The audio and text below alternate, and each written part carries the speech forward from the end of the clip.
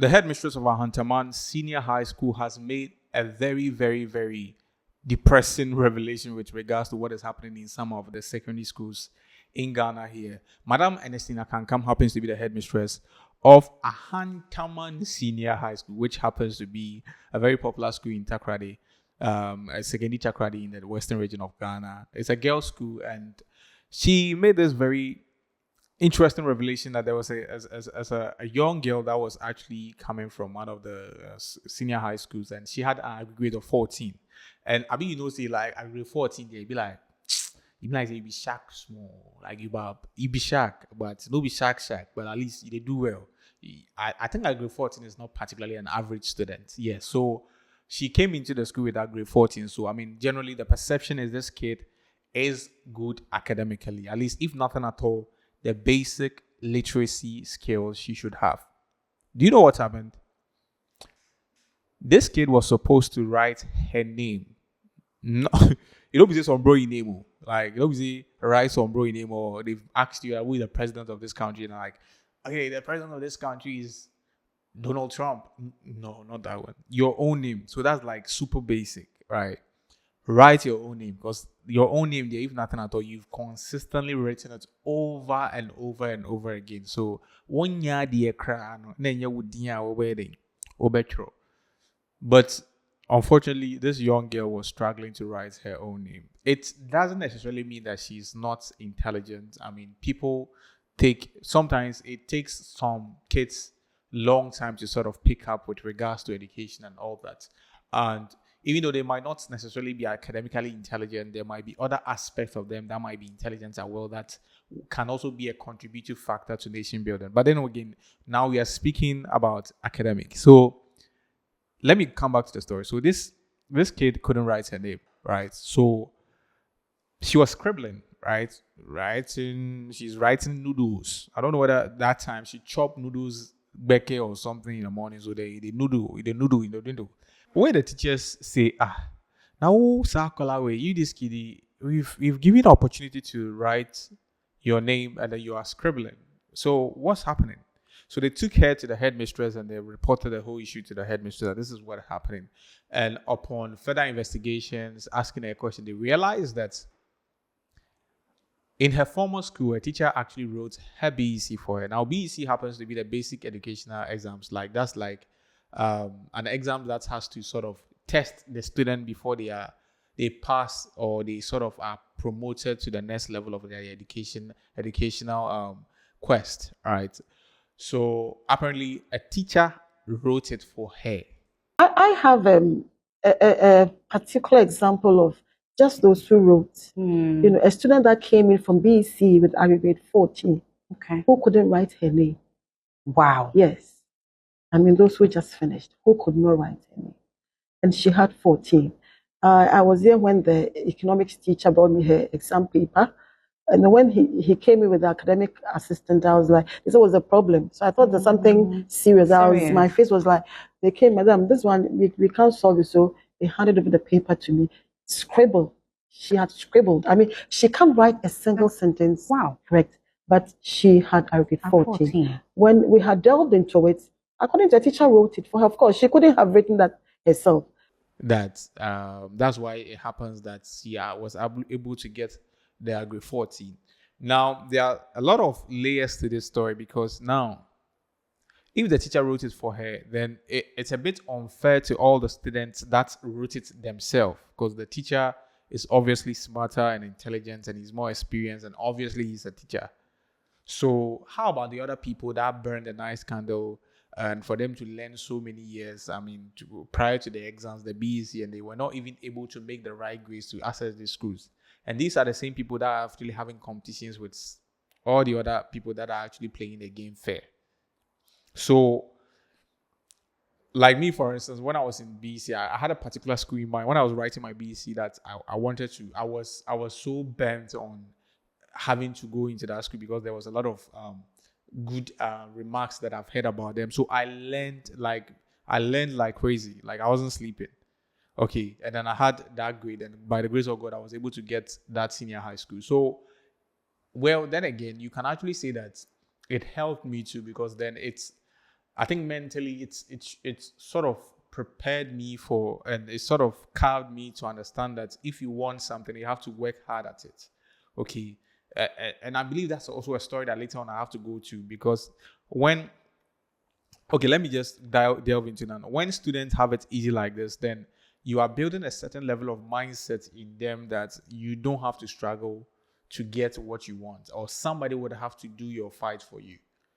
Okay, because the whole system of education is like the reward system. Work hard and you will be rewarded. Now, this is a situation whereby this kid wasn't able to even work hard at be diligent in his studies. So eventually, it's going to distort the person's mindset and perception about hard work and reward. And if you are not careful, this kid might go through life always looking for the easy way out around things, and it will create a lot of problems. And this, she's not the only one. I believe there's a lot of people like this, and we know it's not an exclusive issue.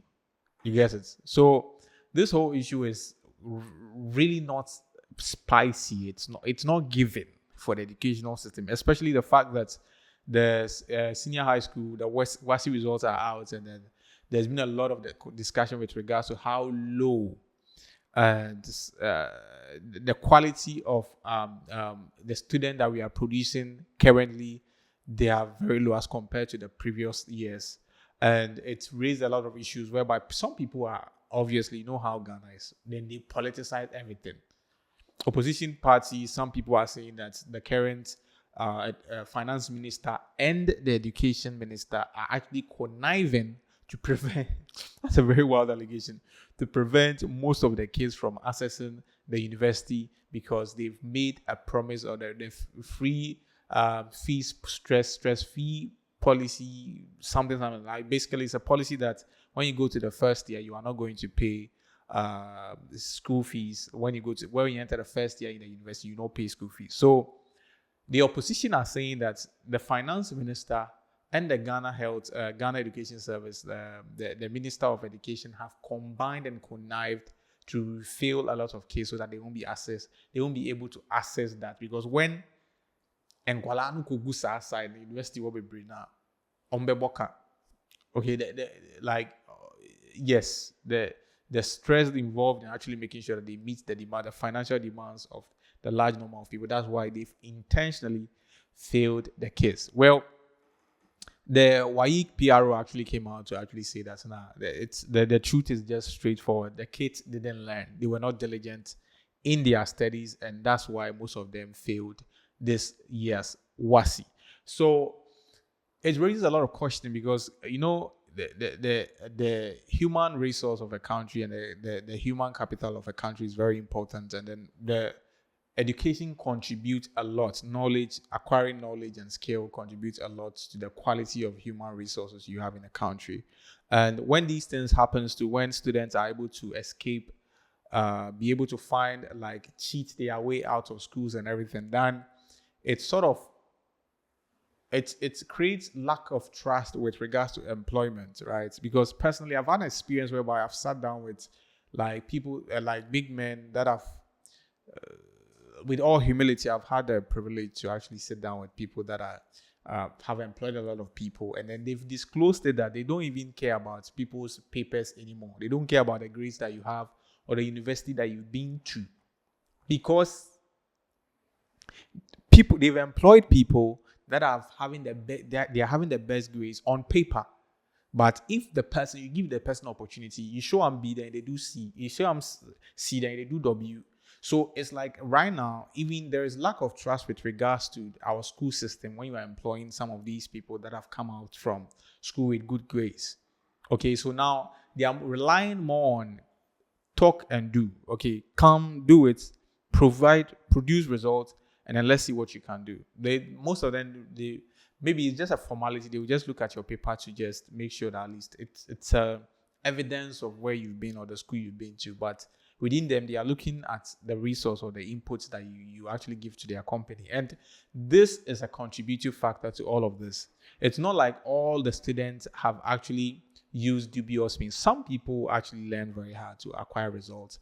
And I don't really know what you think, but this is a very pressing issue. But I honestly think that something can be done about it. If if it's an issue of maybe the educational system that maybe it's becoming the way it's becoming because of lack of diligence with regards to learning, and the education, the culture of learning has gone down with regards to the kids.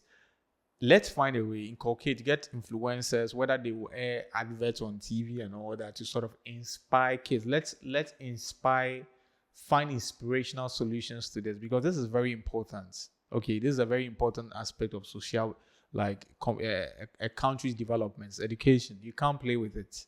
Very, very important. So let's inculcate solutions. Personally, if you ask me, I mean, practically, let's find solutions. Get the kids to, most of them, they are attached to their phone, they are glued to their phone. This is the culture we find ourselves in. We can't change it, and that's part of the reason why now the diligence in learning has gone down, because now the distractions for them has also increased. So let's find ways to not ride against the current, but move with the current by inculcating more educational resources and more educational reforms, and then more educational programs on the media, so that at least it will inspire them. And then let's find ways to give them the breakdown of the importance of having to do well in school and be diligent in your studies. Because now most of them, their minds are, I just want to get money, I just want to get money, and then Charlie, I just want to get money. But they don't understand that before you get money, you have to become someone that is, you'll be able to, make money. You'll be able to have that kind of human resource, quality human resource, to be able to attract money. And it comes with work and diligence and a lot of skills and experience. So I believe that if this education is actually put out there, personally, I feel like we will have achievement. The reason why I'm not talking about, tightening the supervision in the schools is because even if you tighten the supervision with regards to examination to prevent our examination malpractices and all that, it's I feel like it doesn't deal with the fundamental problem of maybe the kids are not just in a position to learn. Their mindsets are not tuned towards learning to become someone. They are more focused on other things, and the distractions are plenty. So yes, that's a very viable solution. We can do that alongside what I think that people. I don't know what you think, but I personally, when I think about this, I feel we can actually help them to make their learning culture, improve the learning culture in the country, and then the education culture in the country. Because it feels like gradually, if we don't find like ready practical solution to this, if we are not careful, every year we experience low standards year after year. And because the real solution, the real problem is on the grounds, and we should find a way to deal with it. So I don't know what you think. Do you think that it's an issue of just the student they are just not diligent in studying? Or two, is an issue of maybe the free education system that was introduced by the previous government that focused more on quantity and not quality of education, and then even student to teacher ratio and the pressure that comes on maybe school amenities, or like maybe the wild allegation that the opposition made that maybe the current educational minister and the finance minister intentionally failed the student to sort of prevent them from going to the university so that they can save their face when it comes to some policies or promises they've made to Ghanaians. What do you think? Feel free to add your comments and submissions to the comment section, and I'll be very glad to read. And then let's get interactive and find solutions to this very, very important social economic problem in Ghana. The name remains Donald, not Trump. And I'm very happy that I'm always get to do this with you. And I thank you so much for always doing this with me. I'll see you on the other side. Peace.